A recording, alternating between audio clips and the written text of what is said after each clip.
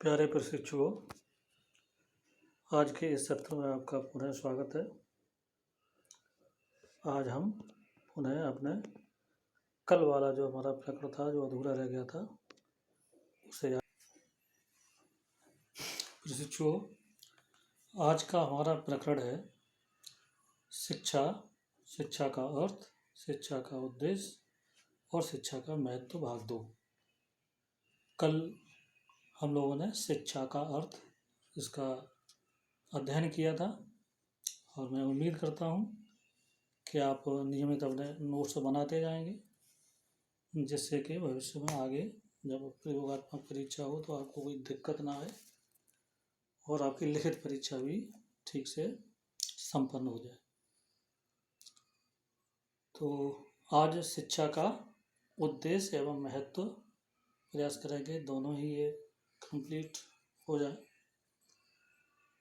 तो आज देखते हैं शिक्षा का उद्देश्य, पहले देखते हैं इसके अंतर्गत शिक्षा के सामान्य उद्देश्य।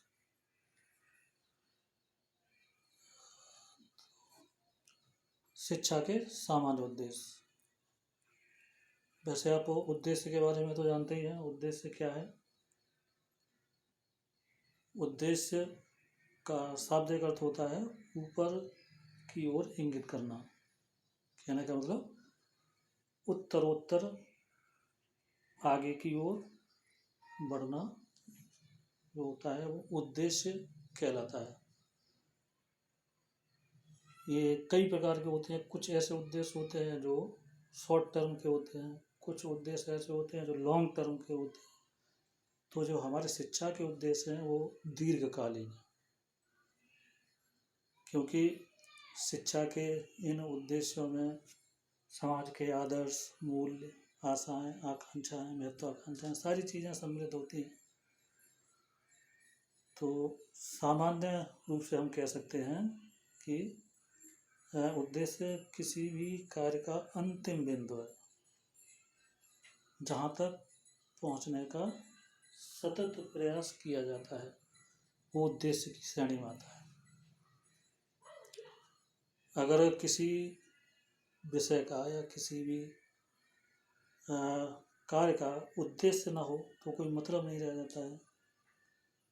जैसे कि एक अपने भारतीय शिक्षा शास्त्री हुए हैं बी डी भाटिया, वो कहते हैं कि उद्देश्यों के अभाव में शिक्षक उस नाविक के समान है जो अपनी मंजिल को नहीं जानता, और बच्चे उस पतवार विहीन नाव के समान है जो लहरों के थपेड़े खाकर किसी किनारे जाके लग जाए। तो ऐसी स्थिति में कि जो शिक्षा है बहुत ही विशाल है, जो ज्ञान है वो बहुत ही विशाल है। इस ज्ञान को हम व्यक्ति के आधार पर और समाज के आधार पर देखेंगे कि इस शिक्षा के क्या उद्देश्य हो सकते हैं।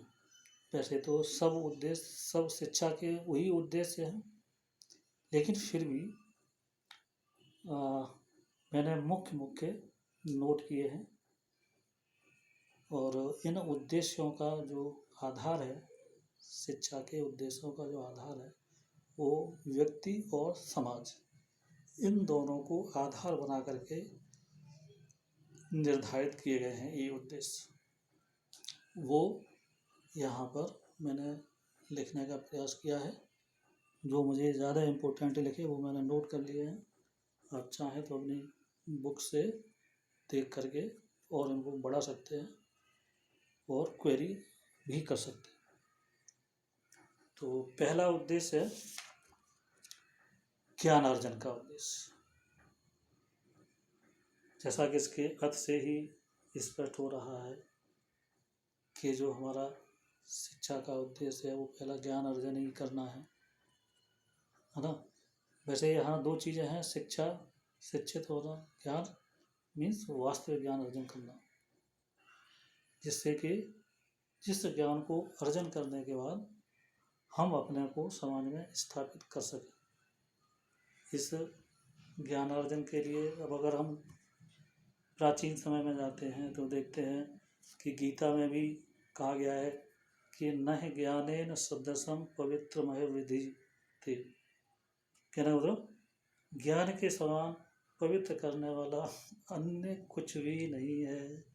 ज्ञान मोक्ष प्राप्ति का साधन है और जो व्यक्ति अज्ञान रूपी अंधकार से प्रकाश की ओर ले जाता है वो उसी श्रेणी में आप लोग। तो इसी तरीके से जब हम देखेंगे इसी पेपर में आगे प्रत्येक चीज़ का विस्तृत रूप से अध्ययन किया जाएगा और इस के जो समर्थक हैं वो पाश्चात्य विद्वान सोक्रात, प्लेटो, अरस्तु, दांते, कामेनियस, बेकन वगैरह वगैरह, ये सब के बारे में आपको इसी विषय में आगे बताया जाएगा। और हमारे उपनिषदों में भी कहा गया है तमसो मा ज्योतिर्गमय, कि अंधकार से प्रकाश की ओर ले जाना शिक्षा का परम उद्देश्य है। सुकरात ने भी कहा है ना, कि हमें अपने आप को पूर्णतः जान लेना, अपने आप को पूर्णतः जान लेना शिक्षा का या ज्ञानार्जन करने का उद्देश्य है। तो इस तरीके से ज्ञान अनुभव द्वारा उत्पन्न होता है और जब हम अनुभव करेंगे तभी जो हमें अर्जन होगा वो हमारा उद्देश्य पूरा हो सकता है। इसके बाद दूसरा है जीविकोपार्जन का उद्देश्य, क्योंकि जो हमारी मूलभूत आवश्यकता है, जो बेसिक नीड्स हैं, रोटी, कपड़ा और मकान, अगर हमने ज्ञान अर्जन किया, शिक्षा प्राप्त की और जो हमारे मूलभूत आवश्यकता हैं उनकी पूर्ति नहीं हो पाई, तब भी कहीं न कहीं उस उद्देश्य की अपूर्णता रह जाती है। तो इस तरीके से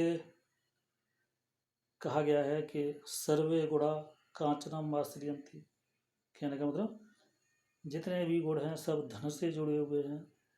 यदि आपके पास धन है, जीविकोपार्जन का साधन है, तो आप कुछ भी कर सकते हैं, आगे बढ़ सकते हैं और सब कुछ हासिल कर सकते हैं, विशेषतः आज के इस भौतिक जीवन में। अगला उद्देश्य है आपका सांस्कृतिक उद्देश्य। सांस्कृतिक या कल्चरल, जो कि विशेष रूप से हमारे मस्तिष्क के विकास से जुड़ा होता है। कहने का मतलब हमारे समाज में जितनी भी संस्कृति है, कला है, उदात्तता है, हर चीज़ें हैं, इनको अपने आप में समाहित करने के लिए अपने आप को तैयार करना, ये शिक्षा का उद्देश्य है। कहने का मतलब जो पढ़ा लिखा होगा वो अपनी संस्कृति यानी अपने को सभ्य व सुसंस्कृत, कलात्मक, सामाजिक, आध्यात्मिक हर तरीके से उन्नत करने का प्रयास करेगा और हमारे समाज की जो भी रीति रिवाज, परंपराएं हैं उनको मेंटेन करना, बनाए रखना, ये सांस्कृतिक उद्देश्य। अगला उद्देश्य आप देख रहे हैं चारित्रिक विकास का उद्देश्य। जैसा कि इसके अर्थ से स्पष्ट हो रहा है, एम ऑफ कैरेक्टर डेवलपमेंट, नैतिक विकास। अच्छा चरित्र व्यक्तित्व का आईना होता है। जिसका चरित्र जितना उत्तम होगा उसका व्यक्तित्व उतना ही उत्तम माना जाएगा। परंतु ये कष्ट का विषय है कि आज के हमारे समसामयिक समाज में नैतिकता और चरित्र का पतन देखा जा रहा है। अक्सर घटनाएं देखने को मिलती रहती हैं। तो शिक्षा का जो मुख्य उद्देश्य चरित्र का निर्माण या चरित्र विकास का उद्देश्य, जिसको कि महात्मा गांधी ने कहा है कि चरित्र निर्माण ही शिक्षा का प्रमुख उद्देश्य है।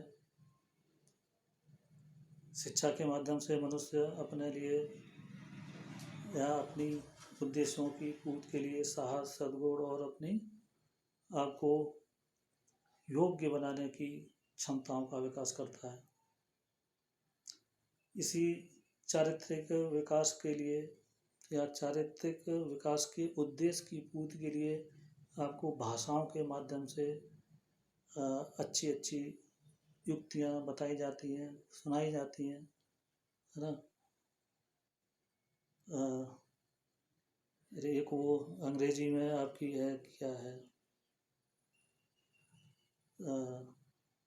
Health is waste, something is waste, money is waste, nothing is waste, and character is waste, everything is waste. तो इस तरीके से अगर हमारा चरित्र सही नहीं है या चरित्र हमने नष्ट कर दिया तो सब कुछ गड़बड़ हो जाता है। इसलिए शिक्षा का ये चौथा उद्देश्य है, चारित्रिक विकास का उद्देश्य। पांचवा, शारीरिक विकास का उद्देश्य। सामान्य रूप से शारीरिक विकास को शिक्षा का प्रमुख उद्देश्य माना ही जाता है, क्योंकि शिक्षा का इतिहास ही बताता है कि यूनान में स्पार्टा राज्य में शरीर का विकास प्रमुख उद्देश्य था। वहाँ सारे के सारे नागरिकों को स्वस्थ शरीर रखने के लिए प्रशिक्षित किया जाता था और उनको कहा जाता था कि आप अपने को एक सैनिक के रूप में तैयार रखिए। तो रूसो ने भी कहा है कि शारीरिक शक्ति से ही व्यक्ति स्फूर्तिमान व क्रियाशील बना रहता है। अपने संस्कृत में भी कहा गया है कि शरीर माध्यम खल धर्म साधनम, कि शरीर की साधना करना मनुष्य का सबसे पहला धर्म है। लेकिन किस तरीके से क्या कहा जाए, कुछ ऐसी ऐसी कुरीतियाँ या दुष्प्रवृत्तियाँ हम अपना लेते हैं कि शरीर को नष्ट करते रहते हैं। कहने का मतलब ये है कि जो भी हमको सिखाया जा रहा है या जो भी शिक्षा हम ले रहे हैं उससे हमने नहीं सीख पाया कि किस तरीके से अपने शरीर को स्वस्थ रखें और विकसित कर सकें। क्योंकि जैसे भी आज के समाज में हम देख रहे हैं, जितने भी अखाद्य चीज़ें हैं, प्रमाद की चीज़ें हैं, उनका व्यक्ति खुले में इस्तेमाल कर रहा है। क्या शरीर पर नुकसान होगा, हमारे शरीर में क्या हानियाँ होंगी, क्या नुकसान होंगे, कोई उसका मतलब नहीं है। चलिए, दूसरा आगे आपका उद्देश्य है पूर्ण विकास का उद्देश्य। मीन्स शिक्षा के द्वारा व्यक्ति को अपना पूर्ण विकास करना चाहिए। क्या मतलब सर्वांगीण विकास करना चाहिए। यदि व्यक्ति का सर्वांगीण विकास नहीं हो पाता है तो शिक्षा में कहीं न कहीं कमी रह जाती है। चाहे सामाजिकता हो, चाहे सहकारिता हो, चाहे उपयोगिता हो, चाहे कोई भी चीज़ हो, सबको प्राप्त करने के लिए पूर्ण विकसित होना जरूरी होता है। आवश्यकताओं की पूर्ति के लिए अपने उन सारे कार्यों का ज्ञान हमें होना चाहिए। आत्म सुरक्षा, उचित सामाजिक, राजनीतिक एवं नैतिक दायित्वों को पूर्ण करने के लिए हमें जो शिक्षा का उद्देश्य है उसको ध्यान में रखना चाहिए। क्योंकि जब तक हम अपने व्यक्तित्व का पूर्ण विकास नहीं करेंगे तो किसी न किसी तरीके से हम जो समाज की अग्रिम पंक्ति है उससे वंचित रह जाएंगे। अगला हमारा उद्देश्य है नागरिकता का उद्देश्य, एम ऑफ सिटीजनशिप। अंग्रेजी में एक कहावत है कि people get the government they deserve, यानी जनता का जो स्तर होगा उसी स्तर की सरकार उसे मिलेगी। हम दोस्त दूसरों को देते हैं कि ऐसी सरकार है, वो सरकार है, ये है, वो है। अरे सरकार बनाई किसने? हम ही ने बनाई है। हम शिक्षित हैं, हम वोट देते हैं, हम सरकार तैयार करते हैं। जो भी मंत्री संतरी प्रधानमंत्री वगैरह बने हैं वो हमारे वोट से बने हैं। अगर वो गलत है तो इसका मतलब ये है कि हमने एक सजग और सच्चे नागरिक होने का परिचय नहीं दिया है, क्योंकि जो भी चुन के आया है वो हमारे द्वारा ही आया है। तो हमें अपने आप को एक अच्छे नागरिक के लिए, एक अच्छे व्यक्ति के तौर पर स्थापित करना है, क्योंकि जो हमारा स्तर होगा, जो हमारे समाज का स्तर होगा, उसी स्तर की सरकार भी समाज को मिलेगी। तो इस तरीके से हमें नागरिकता के लिए अपने आप को तैयार करना है, ताकि हम एक आदर्श नागरिक के रूप में अपने आप को स्थापित कर सकें। अगला उद्देश्य है अवकाश सदुपयोग का उद्देश्य। कहने का मतलब कि अवकाश सदुपयोग का उद्देश्य लेजर यूटिलाइजेशन एम कहेंगे इसको, कि जो लेजर अवकाश किसी, अभी तो लॉकडाउन चल रहा है, इससे पहले आप किसी से अगर मिलते थे, बात करते थे तो हर व्यक्ति इतनी जल्दी में है, टाइम ही नहीं है। अगर टाइम है भी तो जैसे अवकाश का उपयोग करना चाहिए वो नहीं करते। कोई मवाद का काम करेगा, कोई जुआ खेलने का काम करेगा, कोई किसी का काम करेगा, कोई अन्य व्यसन का इस्तेमाल करेगा, कोई मद्यपान करेगा, कोई कुछ करेगा। अरे भाई, आपको जो समय दिया गया है, अब लोग परेशान हैं कि साहब लॉकडाउन चल रहा है, समय नहीं व्यतीत हो रहा है। इसका मतलब ये है आप ने जो शिक्षा ग्रहण की है वो उस प्रकार की शिक्षा नहीं है जैसा कि होना चाहिए, जो शिक्षा के उद्देश्य हैं। तो जैसा कि व्यक्ति का जीवन बहुत ही व्यस्त हो गया है, किसी को अवकाश है ही नहीं, और जिन्हें अवकाश है भी उन्हें उस अवकाश के सदुपयोग करने का जो तरीका है वो नहीं आ रहा है। अगला है आपका वैयक्तिक उद्देश्य। अब इतने सारे उद्देश्यों का वर्णन किया गया है, बताया गया है। अब यहाँ है वैयक्तिक उद्देश्य, इंडिविजुअल एम ऑफ एजुकेशन। क्योंकि जैसा आपको शिक्षा की परिभाषा में बताया गया था कि व्यक्ति का उसकी रुचियों, योग्यताओं व विशेषताओं के अनुसार विकास होता है। जिस तरीके से वो अपने को तैयार करता है उसी प्रकार उसका विकास होता है। तो यहाँ वैयक्तिक विकास का उद्देश्य मतलब है कि बालक को स्वतंत्र रूप से उसको प्रगति करने का अवकाश प्रदान करना चाहिए, जिससे कि वो अपने आप को अपनी शक्तियों और अपनी योग्यताओं के अनुरूप स्थापित कर सके। क्योंकि प्रत्येक अच्छाई व्यक्तिगत पुरुष या स्त्रियों में स्वतंत्र रूप से कार्य करने से आती है। इसलिए शिक्षा पद्धति को भी इस सत्य के अनुरूप बनाया जाने की जरूरत है कि व्यक्ति व्यक्तिगत रूप से भी अपने आप को स्थापित कर सके। क्योंकि देखा जाता है कि कोई भी अपने आप को महत्व देता है, बस मेरा ये, मेरा वो, मैं ये करूँगा, ऐसे करूँगा, वो मुझे ये चाहिए, मुझे वो चाहिए, मुझे ये। अरे जिस तरीके से मुझे ये सब चाहिए वैसे ही दूसरे को चाहिए, वैसे तीसरे को चाहिए, वैसे चौथे को चाहिए। तो हम जो अपना वैयक्तिक इंडिविजुअल जो डेवलपमेंट करें वो इस तरीके का करें कि दूसरे और समाज का उसमें हित ना हो। अगला हमारा उद्देश्य है सामाजिक उद्देश्य,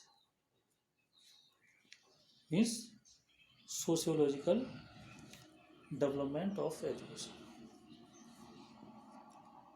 तो सोशल डेवलपमेंट का हमारा उद्देश्य है, पर्पज है या एम है, वो यही है कि समाज का प्रत्येक व्यक्ति व्यक्तिगत रूप से अपने आप को इस लायक बनाए कि वो समाज के साथ सामंजस्य स्थापित कर सके और समाज के द्वारा जो भी निर्धारित उद्देश्य हैं उन पर खरा उतरे, जिससे कि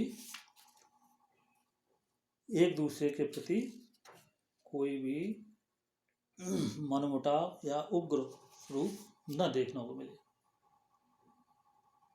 जब सामाजिक उद्देश्य को हम दरकिनार कर देते हैं, सामाजिकता को दरकिनार कर देते हैं, वैयक्तिक रूप से अपने आप को आगे रखते हैं, या इसे सीधी भाषा में कहें कि स्वार्थी होना, ये अगर है तो कहने का मतलब शिक्षा के उद्देश्यों की पूर्ति नहीं हो पा रही है।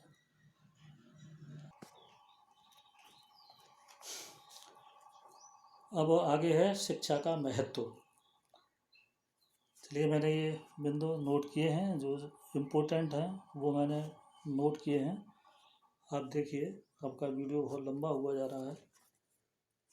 आवश्यकताओं की संतुष्टि के योग्य बनने में,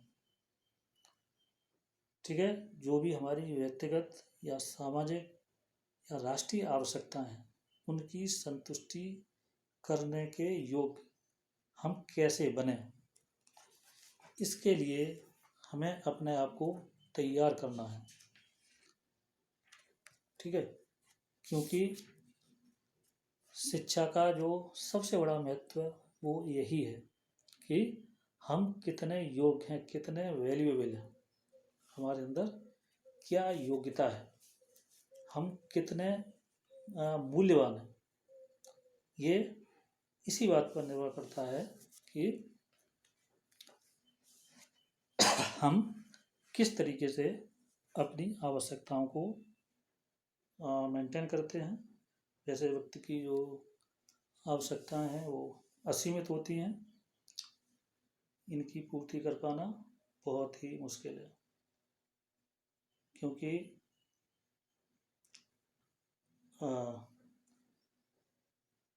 आवश्यकताएं तृष्णा से पैदा होती हैं और तृष्णा कभी व्यक्ति की खत्म नहीं होती। दूसरा बिंदु है आपका आत्मनिर्भर बनने में। आप समझ ही रहे हैं, आत्मनिर्भर बनने का मतलब सेल्फ डिपेंड होना, अपने पैरों पे खड़ा होना। शिक्षित होने के बाद हम अपने आप को किसी के ऊपर डिपेंड न रखें। अगला है व्यवसाय कुशलता की प्राप्ति में। कोई भी व्यवसायिकता हो उसकी कुशलता प्राप्त करना शिक्षा का अत्यधिक महत्वपूर्ण पहलू है। किसी भी तरीके की व्यवसायिकता हो जीवन निर्वाह करने के लिए, उसमें हमें अग्रणी रहना चाहिए, चाहे औद्योगिकता हो, चाहे वैज्ञानिक के क्षेत्र में हो, चाहे किसी शिल्प के क्षेत्र में हो, चाहे इंजीनियर वगैरह कुछ भी हो। कहना मतलब जिस कार्य को हम कर रहे हैं उस कार्य की जो व्यावसायिक कुशलता है उसको प्राप्त करने में शिक्षा का महती भूमिका है। अगला बिंदु है आपका भौतिक संपन्नता की प्राप्ति में। भौतिक संपन्नता सीधी सी भाषा में बंगला, गाड़ी, ये सारी चीज़ें हमें तभी मिल सकती हैं जब हम अपने आप को पूर्ण रूप से शिक्षित करते हैं और अपने उद्देश्य की प्राप्ति करते हैं। अच्छे नागरिकों के निर्माण में शिक्षा का महत्व आप समझ ही रहे हैं। व्यक्तित्व के संतुलित विकास में जो हमारा व्यक्तित्व है उसका संतुलित विकास, ठीक है, चतुर्मुखी विकास। और अगला है वातावरण से अनुकूलन में। अनुकूलन आप अच्छे से समझ ही रहे हैं कि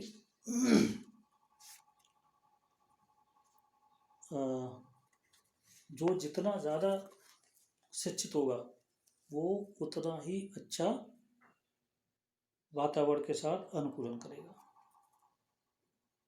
क्योंकि आपकी क्लास में वैज्ञानिक लोग ज़्यादा हैं, तो आपने जीव विज्ञान में पढ़ा होगा कि स्ट्रगल फॉर एग्जिस्टेंस ना। इस वातावरण में जो ज़्यादा से ज़्यादा स्ट्रगल करता है, ज़्यादा से ज़्यादा अनुकूलन करता है, वो उतना ही ऊंचा स्थान प्राप्त करता है, अच्छे से जीवन यापन करता है।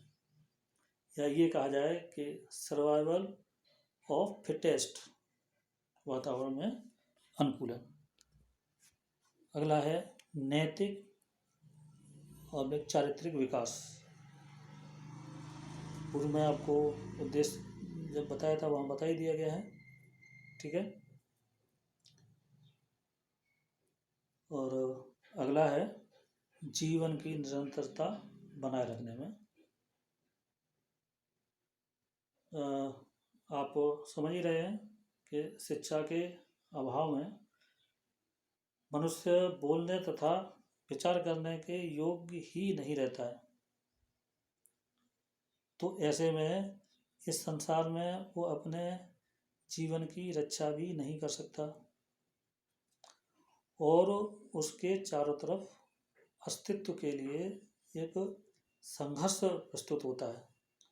और उस संघर्ष से जो हार जाता है वो अपने को नष्ट करने की स्थिति में पहुंच जाता है, और जो उस संघर्ष को जीतता है, उससे स्वीकार करता है, उस चैलेंज को स्वीकार करता है, वो आगे बढ़ता है और इस अपने जीवन की निरंतरता को बरकरार रखता है।